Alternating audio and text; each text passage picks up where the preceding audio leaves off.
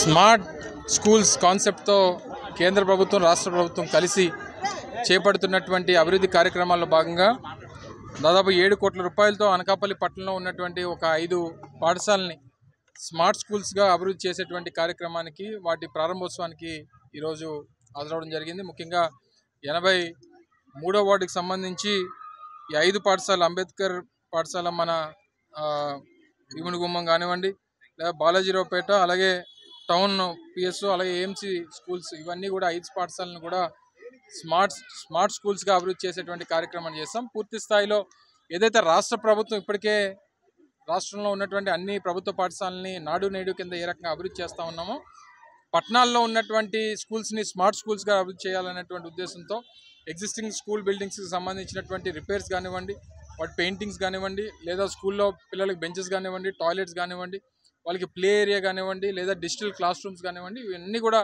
అభివృద్ధి చేసేటువంటి కార్యక్రమానికి నాంది పలికి వాటిని పూర్తి చేసి ఈరోజు ప్రారంభించేటువంటి కార్యక్రమాన్ని చేయడం జరిగింది.